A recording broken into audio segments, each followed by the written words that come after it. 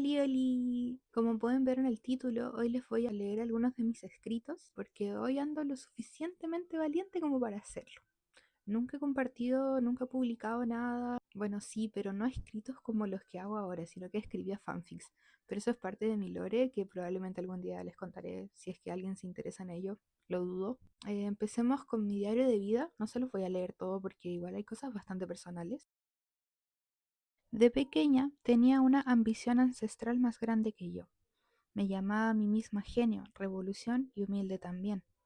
Una vez, a los 7 años, le pregunté a mi mamá por qué tenía que echarme crema en los pliegues de mi nariz cuando, supuestamente, las apariencias no importaban y daba igual si mi nariz lucía bien o no.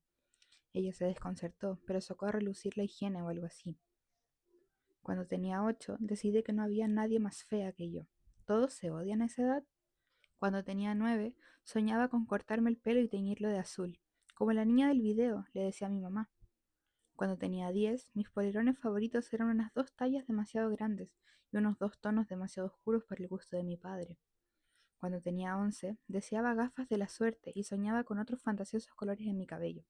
Mi suave mandíbula, la cual en ese entonces no sonaba ni crujía, era el blanco perfecto para descargar el aire infantil que llevaban mis compañeros dentro. Cuando tenía 12, mi risa y el espacio entre mis dientes me hacían sobresalir entre los niños de mi edad.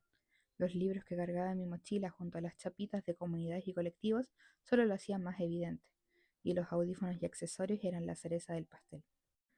Cuando tenía 13, decidí dejar de hacerme una colita para ir al colegio, y ya llevaba 2 años escribiendo historias que pensé que me harían famosa.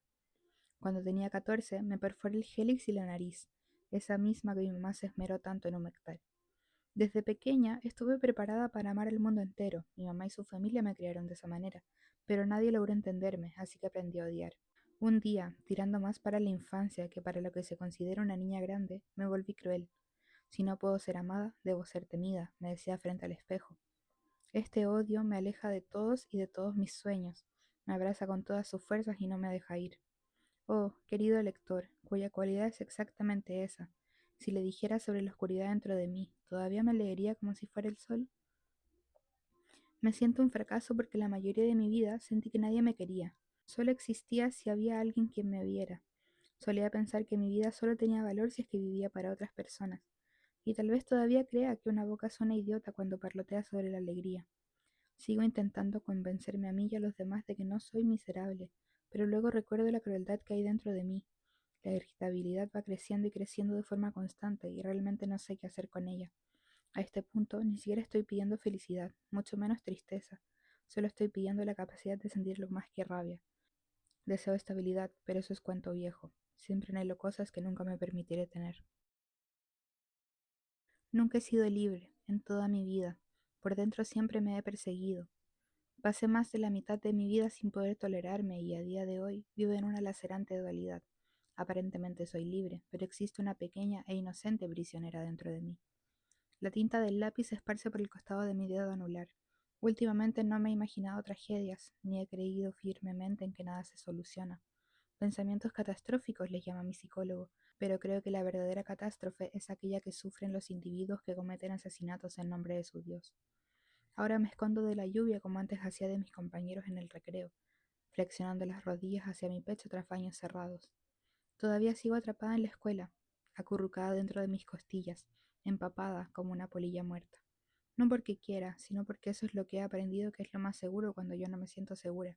Mis esperanzas tan tímidas y mis sueños tan frágiles. A esa edad era difícil imaginarme cosas realistas. Aquello me entristecía, así que prefería arreglarme una espada o enviarme de viaje al pasado o al futuro. Después de todo, mi mayor fantasía era removerme del presente. Cuando las emociones comienzan a agitarse nuevamente en mi mente y el miedo permite que la oscuridad me consuma, la pequeña niña se esconde y yo la protejo. La protejo ferozmente porque ese tímido y pequeño corazón es la luz de mi alma. Vengo por todos los que alguna vez la tocaron, vengo por todos los que convirtieron sus estrellas en sombras. Salí del colegio hace años, pero eso no importa porque cada vez que siento risas detrás de mí, automáticamente agacho la cabeza y acelero el paso. Y a veces, cuando las cosas se ponen buenas y empiezo a mejorar, me pregunto si realmente las cosas estuvieron mal alguna vez. Tal vez simplemente exageré. Mi papá siempre me dijo que yo exagero las cosas. Supongo que es la poeta que hay en mí. ¿Acaso estoy perdiendo mi juventud por culpa de gente que ni siquiera se acuerda de mi existencia? ¿O es por mi propia ansiosa y enferma mente? Cuando conocí lo que era la crueldad, lloré porque sentía mucho. ¿Cómo deseo volver a sentir algo? No he vuelto a ser yo desde entonces. Me robaron una parte del alma, me arrebataron la humanidad y perdí todo. Me desafiaron y me dejaron sin nada. El tiempo no ha curado nada, solo ha reemplazado memorias. Nada ha terminado poéticamente en mi vida. Termina y lo convierto en poesía. Toda la sangre derramada en la historia nunca fue legendaria, solo era roja. Aún realizo autopsias en conversaciones que he tenido, y duele. Duele como el infierno, pero ¿qué palabra es suficientemente reveladora como para que se pueda comprender la profundidad de mi dolor? No puedo hacer que nadie entienda lo que está pasando dentro de mí, porque ni siquiera puedo explicármelo a mí misma. Tantos sentimientos luchando por salir de mi boca. Mi mayor problema es que lloro sin permitirme gritar. Ya no es lo mismo, ya no soy como era antes, mi cara ha cambiado, mis emociones han mutado. Supongo que he crecido. Mi rostro ha perdido la alegría, mi vida era mucho más simple antes. Debería estar feliz y en parte lo estoy, pero no es lo mismo. Las cosas se han puesto muy difíciles estos últimos días y ahora es difícil de ignorar. Estoy cansada, estresada, agotada. Me aburre poner mi mejor cara para poder salir al mundo, porque me aterra el qué pensarán de mí si no sonrío. Si tan solo pudiera haber otra manera de hacer las cosas, si tan solo pudiera dejar de sentirme así. Apenas me levanto y ya quiero volver a la cama. Actúo como que no me afecta, pero realmente lo hace. Me importa. Claro que lo hace. Me aterra. Pensar en eso hace que llorar sea fácil. Estoy tan acostumbrada a guardarme todo que cuando me abro es porque de verdad ya no aguanto más. La sonrisa se me cae y ya no hay más disfraz. Las palabras se me atronan en la garganta y empiezo a pensar en cuando era pequeña. Solía llamarme genio. Tenía tanta hambre que deseaba comerme el mundo. Extraño esa ambición. He pasado tanto tiempo mal.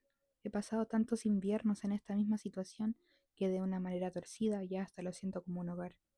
No puedo seguir deseando ser alguien más. No puedo seguir dejando mis problemas en la fila de atrás. Desearía no necesitar ayuda, pero la necesito y eso es tan jodido que duele.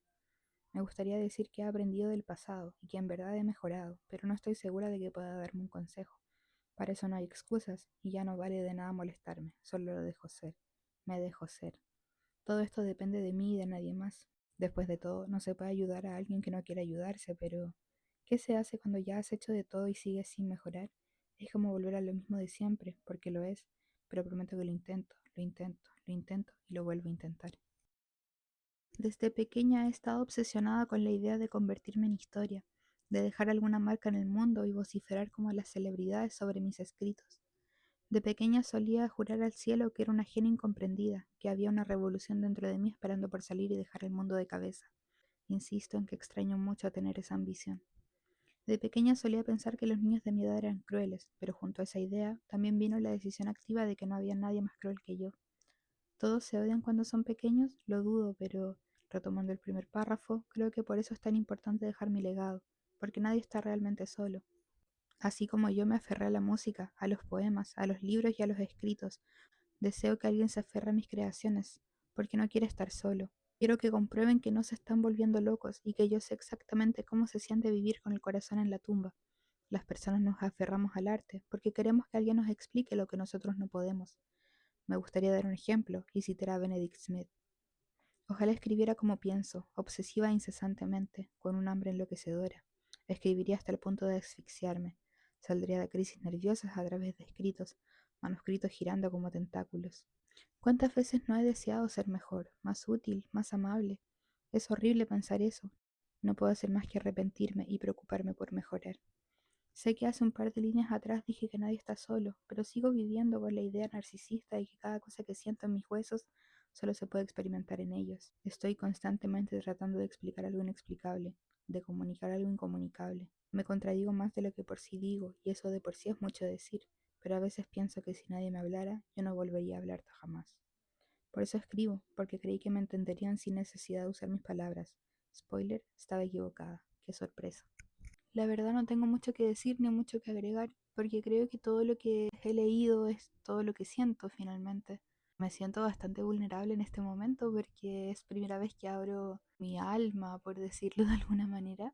Entonces estoy un poco tímida, pero eso. Ojalá les guste lo que hago. Mi arte siempre ha sido, como dice, mía. Nunca ha estado dirigido a ningún tipo de público más que yo. Así que compartirlo con ustedes me hace sentir bastante orgullosa de lo que he construido durante tantos años, porque cuando era pequeña, olvídense de que yo hubiera escrito algo para el ojo público. Y eso es el video de hoy, la verdad no tengo más que agregar. Estoy, como dije antes, cohibida, tímida, pero orgullosa. Nos veremos pronto. Chau, chau.